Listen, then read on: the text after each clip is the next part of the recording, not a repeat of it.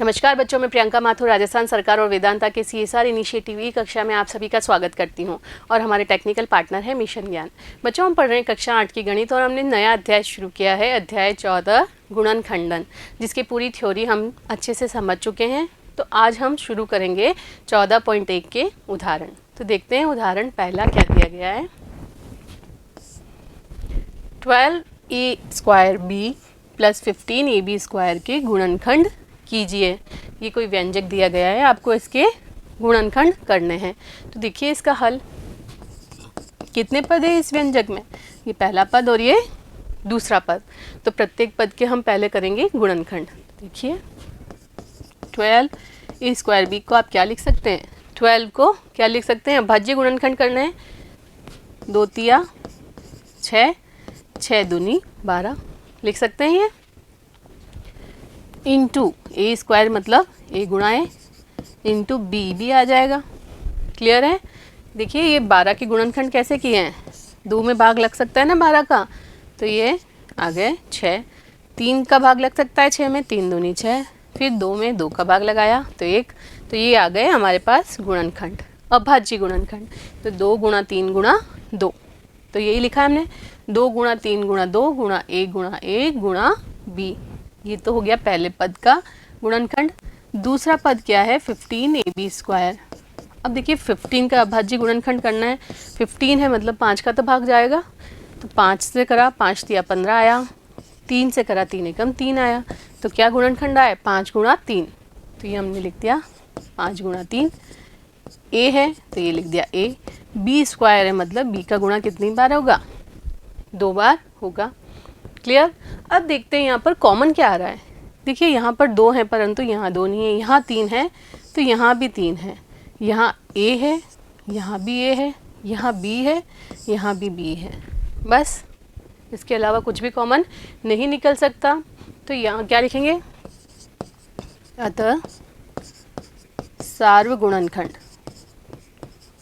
क्या हो गया यहाँ पर, सार्वगुणनखंड 3 इंटू a इंटू बी मतलब 3ab सार्वगुणनखंड है।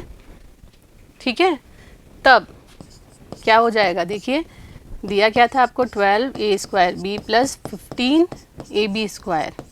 तो हमने इसको क्या लिख दिया है, 2 गुणा 3 गुणा 2 गुणा a b प्लस इसको क्या लिख दिया, 5 गुणा 3 into a into b into b। ये लिखा है हमने। इन दोनों में कॉमन निकला है हमारे पास 3ab, तो ये 3ab कॉमन निकाल दिया।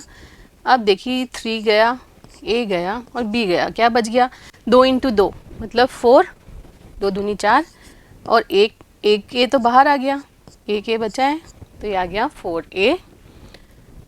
देखिए ऐसे गोला मार दो, ये 3 गया, ये a गया और ये b गया, तो कितना बच गया, 4a प्लस इस वाले पद में ये 3 बाहर आ गया है, a बाहर आ गया है और b बाहर आ गया है, तो 5b क्या बच गया, 5b। अब ये सभी गुणे में 3 गुणा a गुणा b गुणा 4a प्लस 5b, तो यही क्या हो गया, दिए गए व्यंजक का गुणनखंड हो गया, क्योंकि ये सभी किस में है, गुणे में है। क्लियर हुआ, समझ में आया।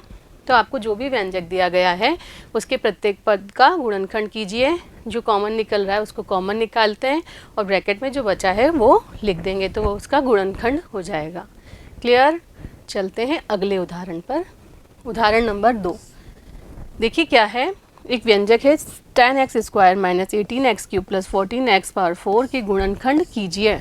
आपको ये व्यंजक दिया गया है, इसके आपको गुणनखंड करने हैं। तो सबसे पहले हम क्या करेंगे, प्रत्येक पद के गुणनखंड करेंगे। कितने पद है यहाँ, 3। तो देखिए हल, 10x², 10 मतलब 5 से तो भाग लगेगा, 5 दूनी 10, फिर 2 में 2 का भाग लगाया, 1 आ गया, तो 5 इंटू 2 इसके अभाज्य गुणनखंड हो गए। तो क्या लिख देंगे यहाँ पर, 5 इंटू 2, ये तो वही है प्राकृत संख्याओं के गुणनखंड जो हम कक्षा 7 में पढ़ चुके हैं। x² है मतलब x का गुणा कितनी बार होगा, 2 बार होगा। दूसरा पद क्या है, 18x³।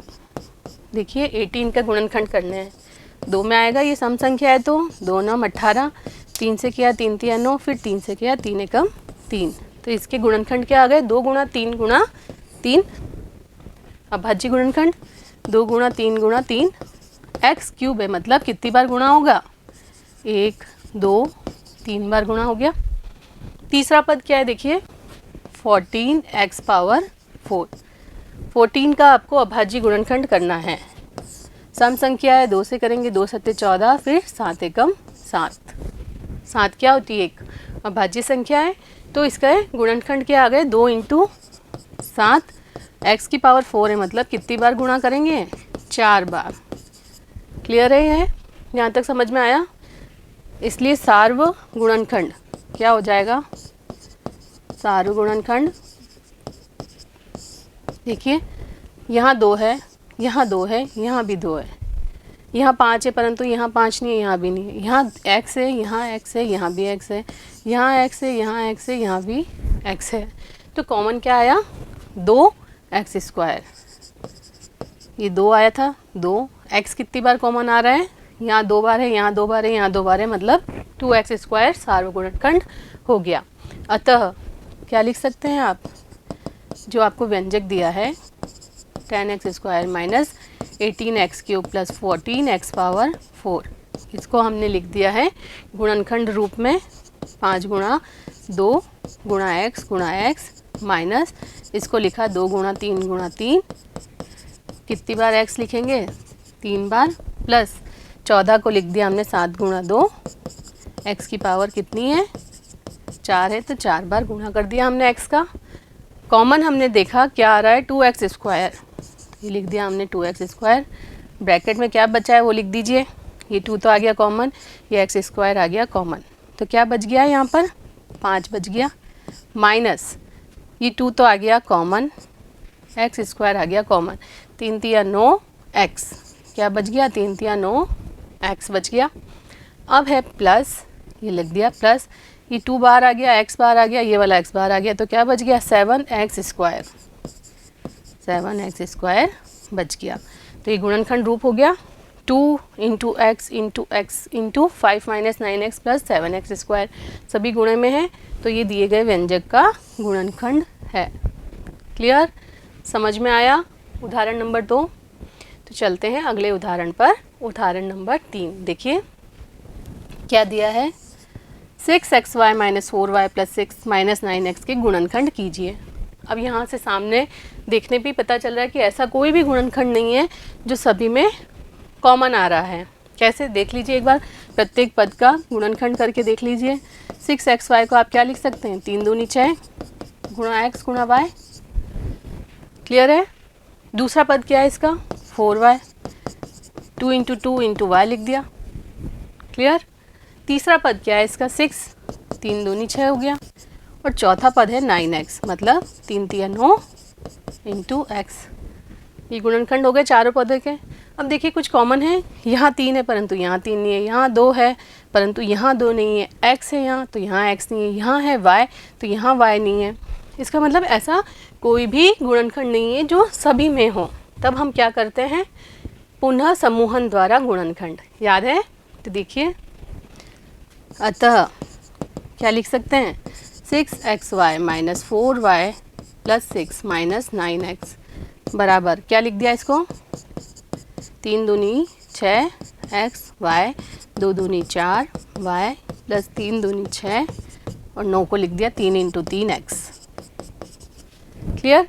अब हमने ग्रुप बनाए, ये दोनों पद एक ग्रुप में, ये दोनों पद एक ग्रुप में। तो देखिए यहाँ क्या कॉमन आ रहा है, यहाँ पर ये 2 है, यहाँ पर भी 2 है, यहाँ ये y है, यहाँ भी y है, तो 2y कॉमन ले सकते हैं। पहले पद में क्या बच जाएगा, 3 और x, तो 3x माइनस 2y कॉमन आ गया, क्या बच गया 2। ये समझ में आया। प्लस इन दोनों का ग्रुप बनाया, इन दोनों में देखिए क्या कॉमन है, यहाँ 3 है, यहाँ भी 3 है, यहाँ 2 है परंतु यहाँ नहीं है, तो 3 कॉमन आया। अब ब्रैकेट में क्या बच गया, यहाँ बचा 2 माइनस यहाँ बचा 3x। क्लियर। अब आपको अच्छे से देखना है, यहाँ पर यहाँ है 3x माइनस 2, यहाँ है 2 माइनस 3x, है एक ही चीज़ परंतु चिन्ह अलग अलग है। यहाँ 2 के साथ माइनस है, यहाँ 3x के साथ माइनस है। ऐसी स्थिति में आप क्या करेंगे, देखिए समझते हैं। ये आ रहा है 2y 3x minus 2 plus 2 minus 3x। अब आपको क्या करना है, यदि यहाँ पर 3x माइनस 2 हो जाए तो आप कॉमन निकाल सकते हैं इन दोनों पदों में। तो आपको क्या करना होगा, ये जो माइनस है इसको आप रख दो यहाँ ब्रैकेट के बाहर। तो ये हो गया 2y 3x माइनस 2। ब्रैकेट के बाहर जब आप माइनस ले आए तो आपको क्या करना होता है, ब्रैकेट के अंदर जो भी चीज़ें हैं उनका चिन्ह बदलना होता है। तो यहाँ पर जो 3x माइनस का था वो हो जाएगा प्लस का, जो 2 प्लस का था वो हो जाएगा माइनस का। क्लियर?